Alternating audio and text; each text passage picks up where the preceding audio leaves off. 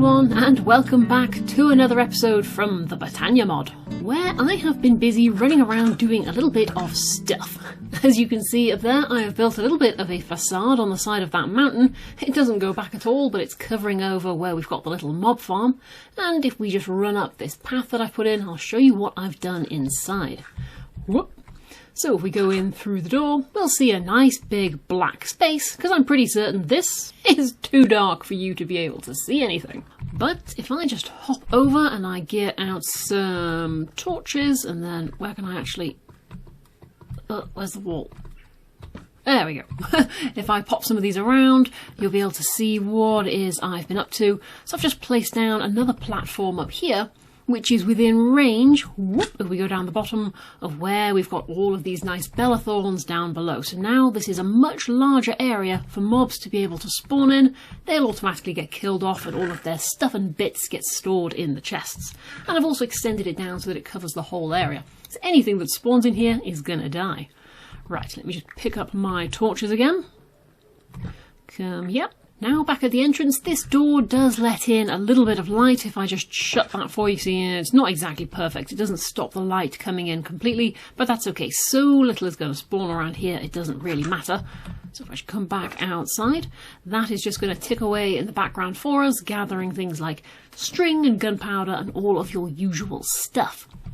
Also though, if I just come back over to where all of the animals are at the moment, I have also installed a little hop-hock setup here, so when these all get killed off by that dreadthorn, all of their bits as well will automatically collect up in this chest for us. But here is one of the places I want to get a little bit of work done today, because I want to get all of this animal farming set up to be at least a semi-automatic process. Although that does mean we're going to have to move on to the even more advanced flowers. And in particular, the flower I want to make is, if we just come over here to JI, let's put in pollidesiac, there he is. So this is a flower that will automatically breed up animals for you. It uses some petals, we're perfectly used to those. It also uses Rune of Fire, I believe we've still got one of those, but it also uses this, the Rune of Lust, which is much more expensive than we are used to. Because this is going to use not only the Rune of Air, which we already have, but a Rune of Summer as well, which then again is going to be using Earth and Air and all of these bits and pieces too. Now I have got pretty much all of these ingredients looking through. I've got diamonds. These can be converted into mana diamonds by throwing them into the mana pool. We can do that. That's nice and easy. The only thing that is throwing me is you, Slime Ball. There is no way I have found any slimes yet, and I'm pretty certain I've not come across a swamp. Luckily for us though, we can do something about that. And the first thing I'm going to do is sleep, because otherwise I am going to get killed by something. And here we are on another bright and breezy day.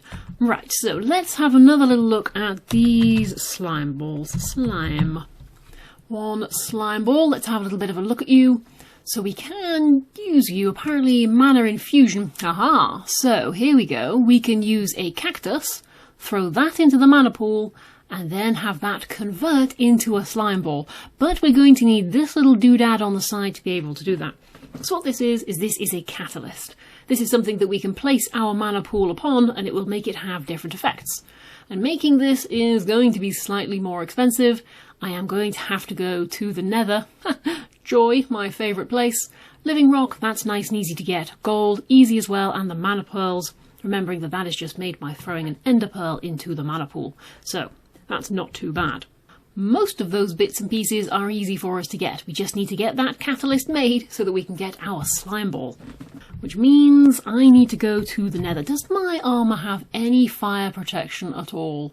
Respiration, blast protection and unbreaking. Nothing on my feeties. So, no then, that's going to be useful. That being the case, let's just have a little tiny look and see if any kind of fire protection is coming up on the old enchanting system. We will just hope something is going to come about. You have already been enchanted, and so have you. Anything for the chest plate, maybe? Go on. Fire protection? Fire protection? Fire protection. No. Boots? Nah. Ooh, fire protection 1. That doesn't feel like it's going to be worth it. But normal protection 4, that could be nice. What was on the chest again? Thorns 2, don't care. Projectile protection, that's quite a nice one as well. Okay, let's do a little bit of enchanting before we go.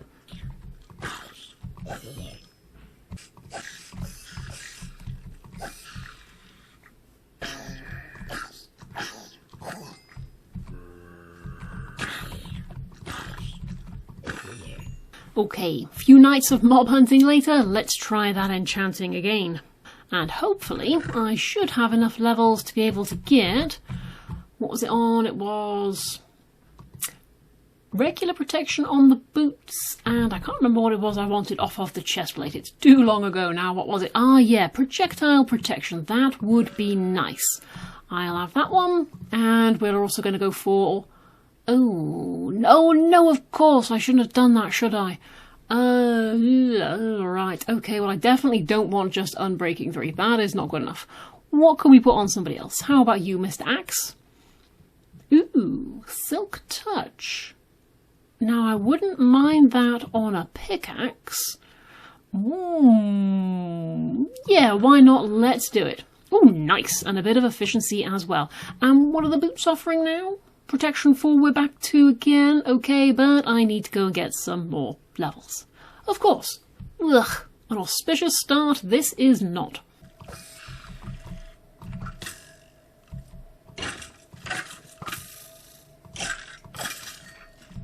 Whew, right, okay, finally, there we go. Protection 4 on the boots and Unbreaking 3, that will do. Yeesh. Right, to the Nether. Yeah, I had forgotten what a terrible spawn point that is. Oh wow, and I somehow need to go and find a fortress from somewhere. Hello, skelly friends. I'm glad I remembered to bring a shield with me. So slow. Has he fallen somewhere? Yes, he has. Very good. Okay, right. Well, I'm going to be here for about 6 hours, so I will go and find a fortress. How on earth am I going to get down from here?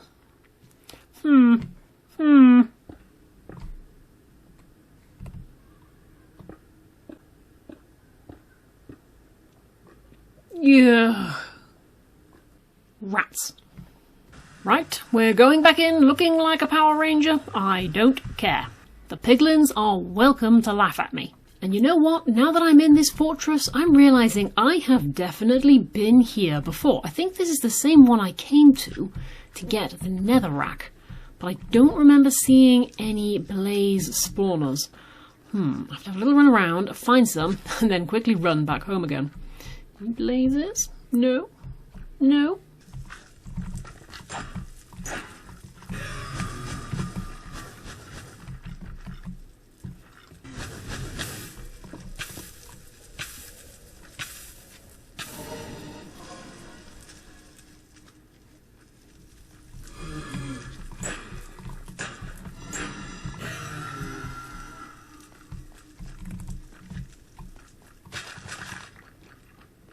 Well, we made it back out of there, thank goodness, and with 9 blaze rods as well. Not exactly a massive amount, but it'll certainly be enough to get us started.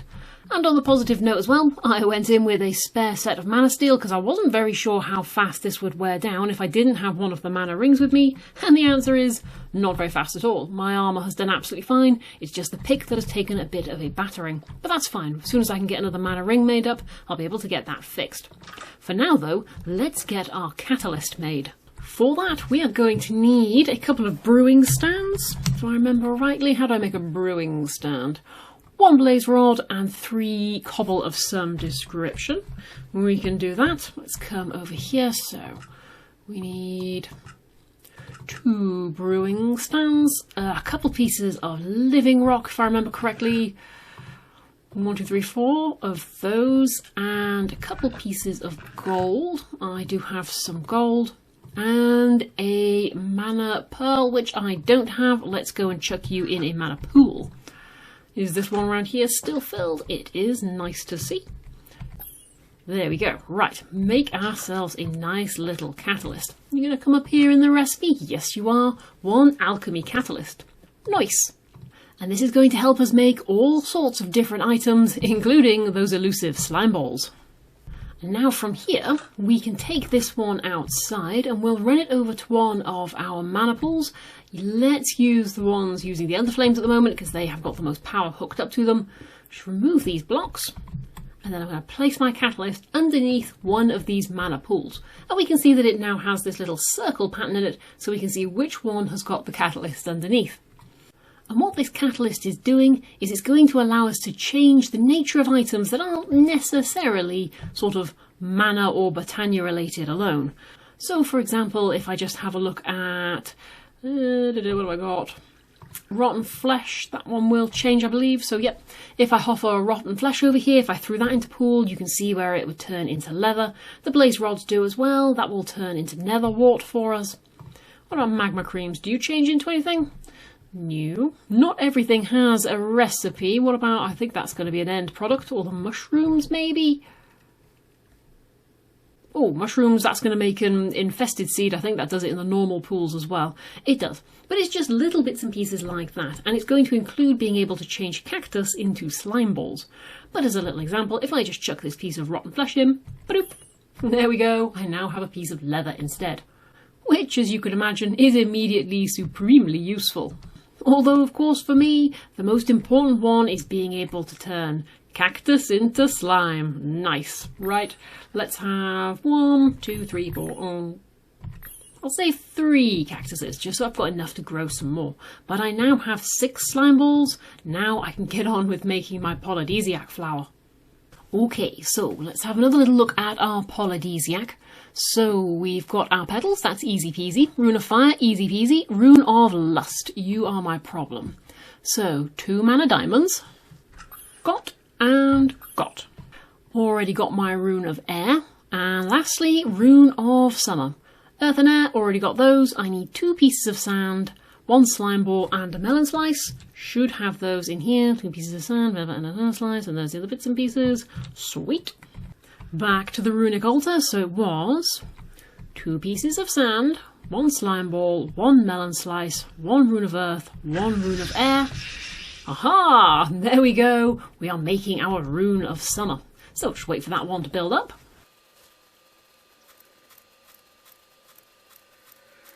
There we go. So now we should be able to throw on our living rock. Let's pick it up. Back on. There we go. Should have a new wand of the forest with me. Lost the other in the nether. And then click on that. Right click. Ba-ding! And it gives me all of my runes back and my nice new rune of summer as well.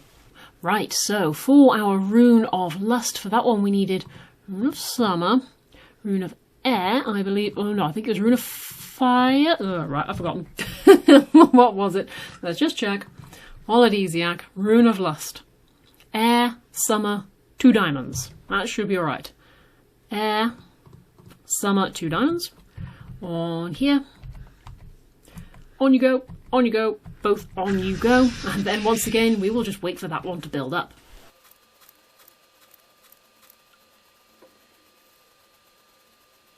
And there we have it. Right, so to take you out of my inventory, because I'm wondering why I can't see very well, but we should be able to get back our wand of the forest, throw our living rock on, same as usual. Ugh, come back. Right, come on, go on. Is that on? It's on, just about. And then right click with our wand of the forest, ba-doing! And there we go, we've now got our fancier runes. We have got our first rune of deadly sins, the lust one. And luckily, of course, we do get back the old runes as well. They were just used as catalysts for creating the rune of lust. It's not like they get used up, which is nice. It means you can always use them for something else. Though that does now mean, of course, we've got all of the ingredients to make our pollidesiac. So back over here to the petal apothecary, we can say rune of fire, rune of lust, 2 red petals, 2 pink petals, 1 orange petal, and then adding in our final seed will give us our nice new pollidesiac flower. And there he is. Nice little flower face. And what this pollidesiac is going to do, maybe you can tell from its name, is it is going to breed up the animals for us. So if I just hop in here and I'll pop it down, let's pop it down right next to this dreadthorn, what will happen is when I give it this wheat, Just check actually that it is already linked up. Yep, it went automatically to the nearest mana pool, which it should have done, just checking. But when I throw down this wheat, it is going to automatically feed up these animals for me. So if I say, there you go, have a stack of wheat, it will pick that up, and there we go, start breeding up the animals. And there we go, it will try to use up the entire stack if it can, and I have now got a scad of baby animals running around. You'll notice that it rather negates how many animals they can usually make as babies, and it will just make all of them. Now this is efficient farming. And of course we also have the added benefit that, you know, maybe we don't really want all those adults. Sorry. And they've gone, leaving us with just a scad of little babies in here. I could just run around and pick up all these bits and pieces, and I will reset up my hopperhock to click them automatically. But I think we can make this into a far more automatic system in general.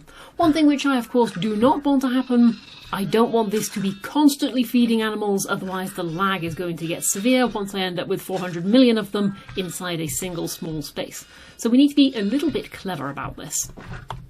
But you can see how it works. Let's see if we can make this a little bit more automatic. Okay, so really simple, really basic little semi-automatic system set up here.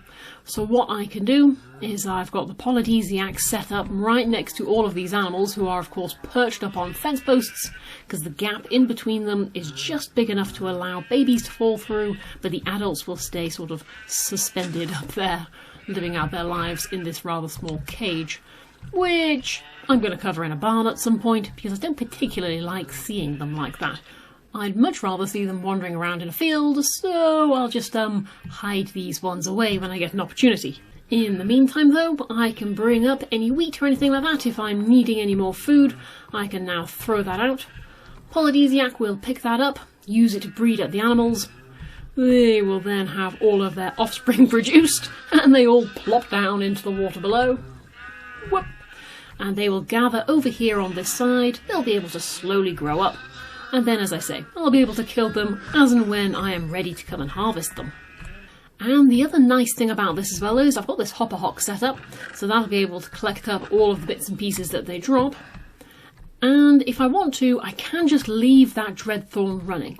It doesn't have to be switched off and then switched back on again. If I didn't want to, I can still see animals wandering around, but if they get anywhere near that flower, of course, they're going to die. But remember that it's not going to kill the babies, so it's fine. If any of them come wandering over here, they will do all right. But as you can see, the adults are dying rapidly in the background. Lovely, just what you like to see. Ugh. Pretty grisly, but at least it works. But the last thing I want to get done today is I'd like to do a little bit more decorating with some of these flowers. In particular, I really like the small cyan and the small orange one, and also the pink one over there. That one is really cute too. I'd like a few more of these, and the only problem is the only way you can actually get them is out in the world, which is a pain in the bum if I need to go out there just to go and fetch one little orange or white flower. Luckily though, we can grow them for us. If we make a really cheap little flower, it is this one, Jaded Amaranthus. That is a nice easy flower to make, just uses a rune of spring, which is 3 saplings and a wheat, and then remembering of course we'll get back our rune of water and rune of fire after we've made it. So we'll just make that one up super quick, and then we can get those little flowers growing for us, and then yeah, I can pick them easily and then use them around the base. So first thing we'll do is we'll make up our little rune of spring. So we'll have our 3 saplings, our fire rune, that did not go on, our water, our wheat, and then fire again. There we go, so we'll just wait for that one, and that'll build up our little rune of spring for us. Okay, all ready, so we'll just place our living rock on the top, and then we will then right click with our wand of the forest as usual. Get back on there. Stay there. Right, I hate this thing. Right click with your wand of the forest, and that should give us our rune of spring. Right, let's go make up our new little flower. Jaded Amaranthus might not be the fanciest of flowers, but if you want to get hold of those wantalls, it really is so useful. Okay, so let's make up our Amaranthus. We needed purple petal, green, lime, And I think it had a redstone root as well. I feel like I saw that when I looked at the recipe, and we're going to need seeds, of course, in order to finish it off. Just the one. Okie dokie, so that's purple, green, lime, our rune of spring, redstone root. There we go, there is our flower showing. Chuck in our seeds, and there we go. Our little jaded amaranthus. Now, I don't really need to give this its own space. I might just put it around where there's a little bit of space. Ooh, there's a little bit of space right around where these sheepies are. So if I pop you just there, you should be able to use the same mana pool that the hoppock is using. Whoop, whoop, hey, whoop, they're coming. Here we go. And as you can see, that is just spawning in one tall flowers every now and again. And I'll be able to just keep an eye on them, and I'll just come and pick them as and when I want them. I want you immediately. The ones it spawns are completely random, but it will go through the full selection of all different 16 flowers. You'll only get the 1 tall variety though, not the 2 tall. But still, these are the ones that I want, so I am one happy camper. And also, just to point out, it is only the mystical flowers that it's going to grow, so it's not going to grow your 1 tall dandelions or oxeye daisy or azure bluets or any of the other ones that you tend to just find out and about in the world. It's only the BOTANIA specific ones that it's growing for us. But we've got nice easy flowers, we've got nice easy food, and so your friendly neighbourhood Power Ranger, Gundam mech, God, I've got no idea what I'm supposed to look like when I'm wearing this thing. I will get this hidden up by next time. I am going to call it an episode here though, so that I can spend some time building up a nice barn to get this hidden, so that I don't feel quite so cruel about those. So I'll sign off here. Happy Minecrafting everyone, and I'll see you again soon. Bye bye!